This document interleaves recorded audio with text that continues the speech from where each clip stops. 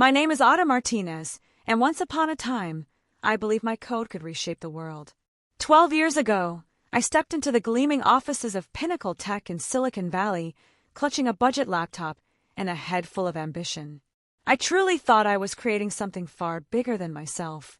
I was raised in a modest town in Ohio, where I taught myself to code on the library's outdated computers because we couldn't afford one at home. Every snippet I wrote felt like I was laying the foundation of something sacred, brick by brick, like constructing a digital cathedral. Pinnacle's cloud infrastructure was supposed to revolutionize data, letting it move seamlessly, like water through open pipes. I poured everything into that dream. Long nights, birthdays spent alone, even my health, I sacrificed it all. Then, on a quiet Thursday afternoon, a single email dismantled everything I'd built. Just one cold line.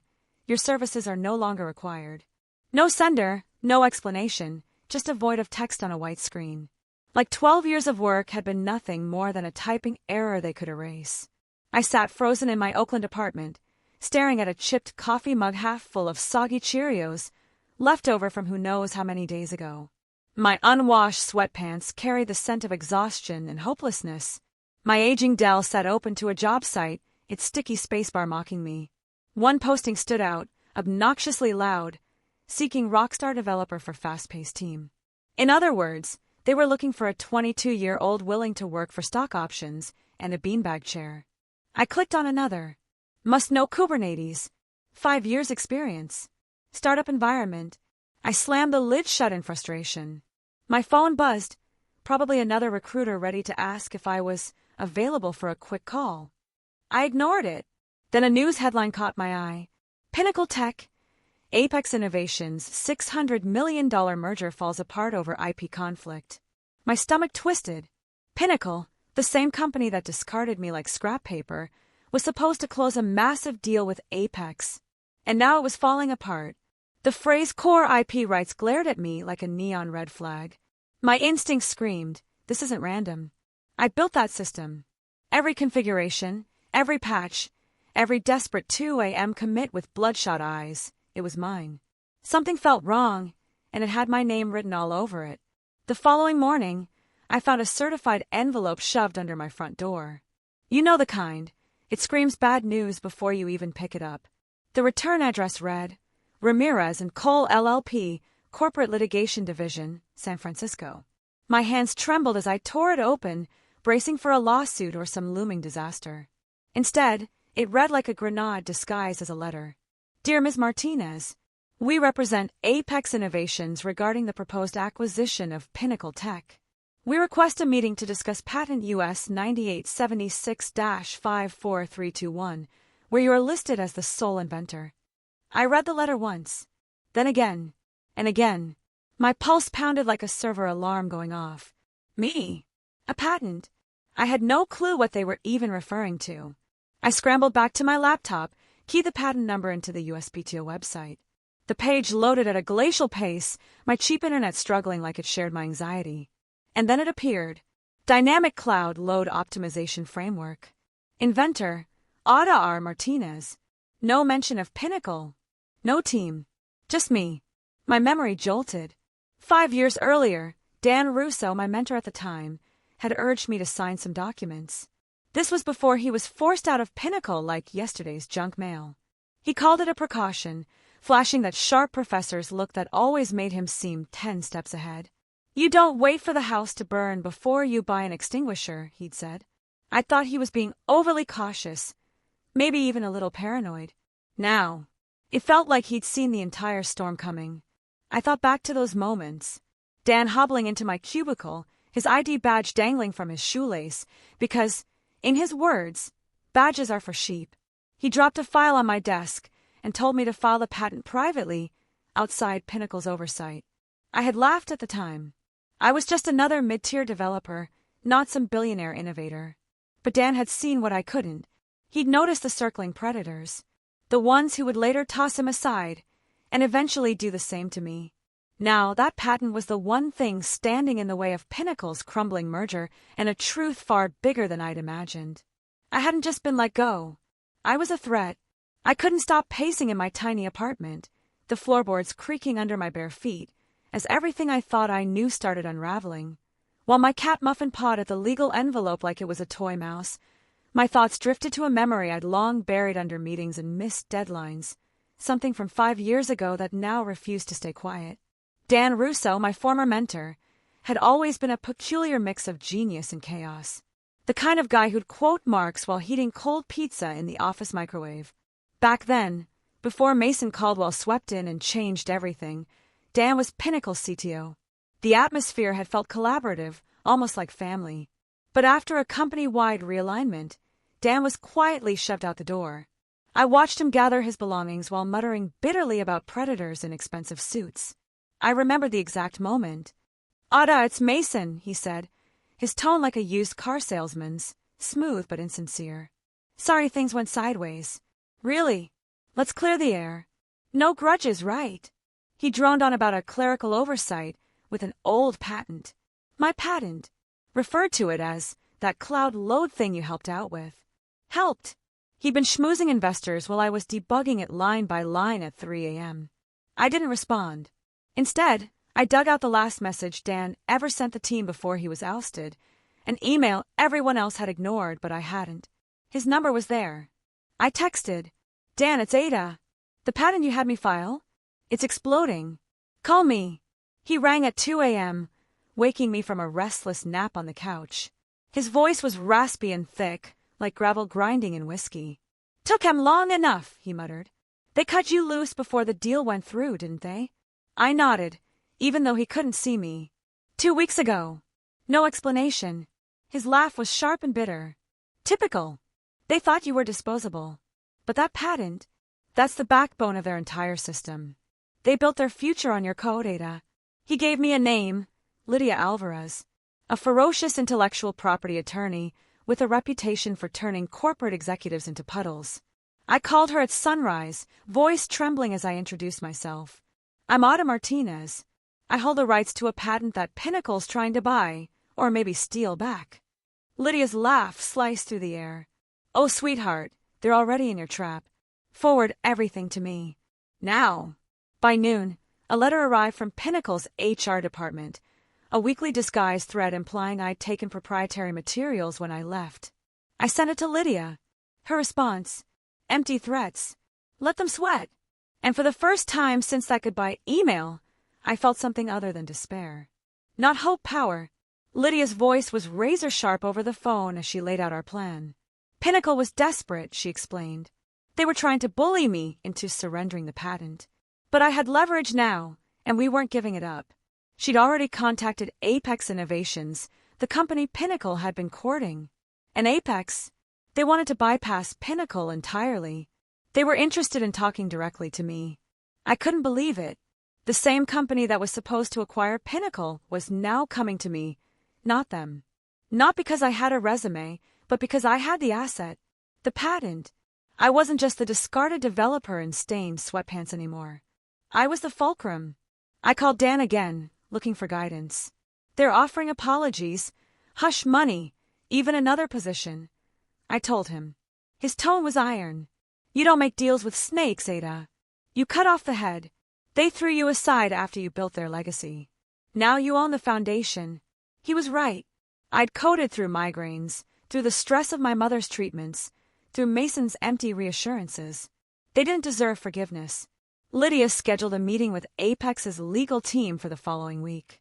She warned me to keep my mouth shut until then. Let them scramble, she said. They'll reveal more in panic than we could dig up in court.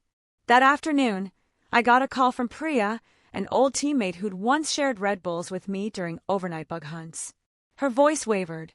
Ada! Mason asked me to reach out. He wants to resolve things privately.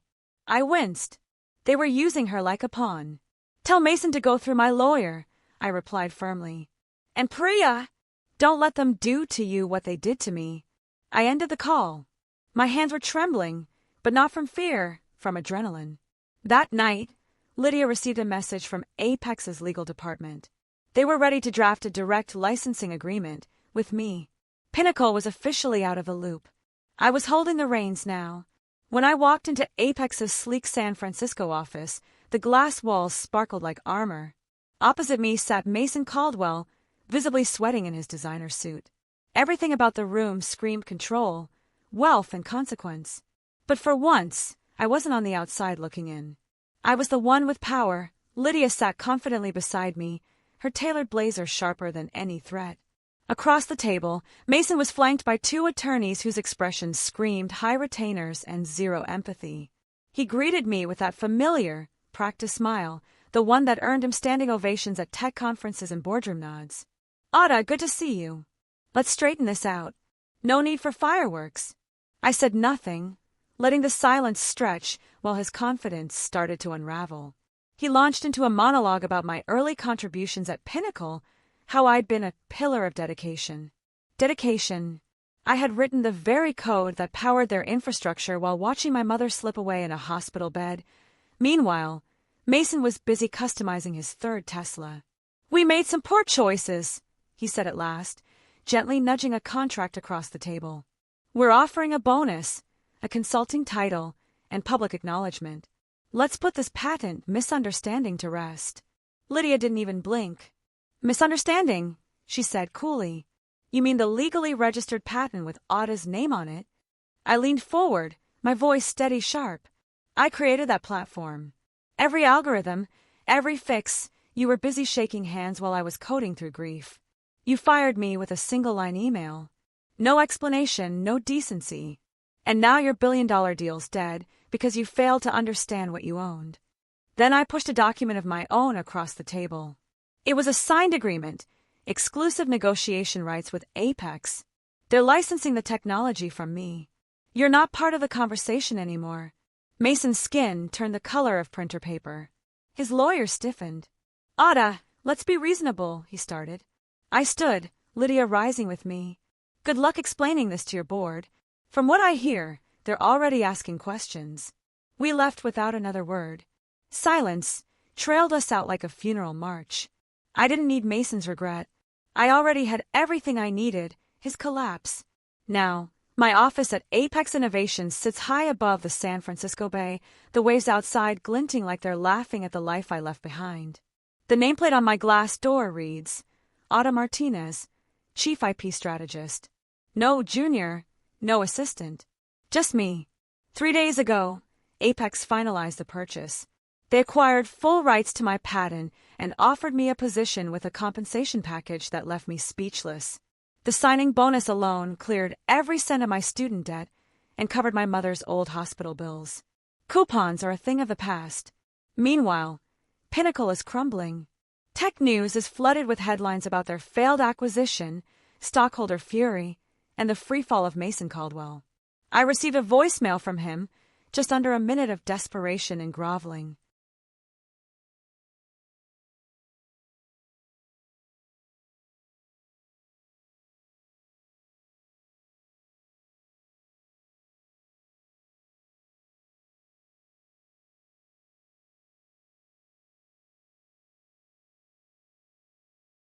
I didn't listen. I forwarded it to Dan with one sentence, "We won." He replied with a gif of a lone wolf howling at a full moon. I laughed, then deleted Mason's message. His voice no longer mattered. His empire was collapsing, and I had been the match. That morning, I stood by my window, fingers wrapped around a mug of real coffee. Not the instant kind, but fresh grounds from a local roaster that told their own story. I didn't feel like a warrior. Not exactly. What I felt was release. Freedom. Freedom from the burnout. From betrayal.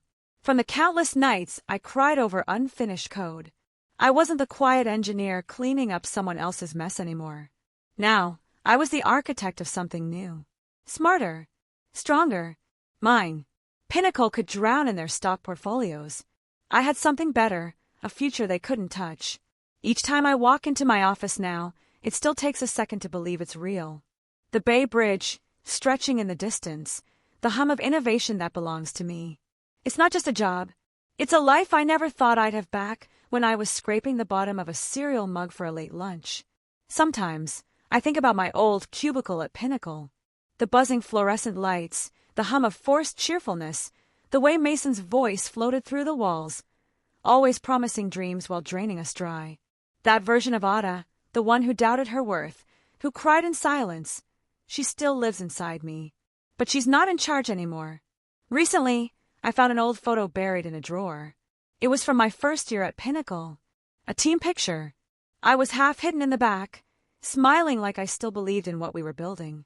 Dan was in the shot too, his ID clipped to his shoe. A subtle rebellion, smirking like he already knew the system was rigged. I owe him more than I can ever express. He spotted the predators before I saw the shadows. He gave me a weapon when I didn't even know I was at war. Now, I'm building something new at Apex. Not just software, but a mission. One where people like me aren't overlooked, aren't disposable. Where credit isn't a game of hierarchy. It's slow work, careful work. The kind that feels like clean code after years of patching someone else's mess. Pinnacle's name is fading now, headlines giving way to lawsuits and silence. I'm sure Mason is out there somewhere, pitching his next vision to anyone willing to listen. I couldn't care less. I'm not angry anymore. I'm not bitter. I'm done. I've got my coffee, my cat, and a future I carved out of the ashes they left behind. And that's more than enough. To everyone who's followed my journey, thank you. You've walked beside me through betrayal, battles, and the dawn that finally came.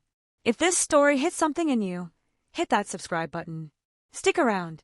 We're not done telling stories. Here, we celebrate resilience, revenge, and reinvention. One line of code, one bold move at a time. And if you're fighting your own battle, keep going. I'll see you at the finish line.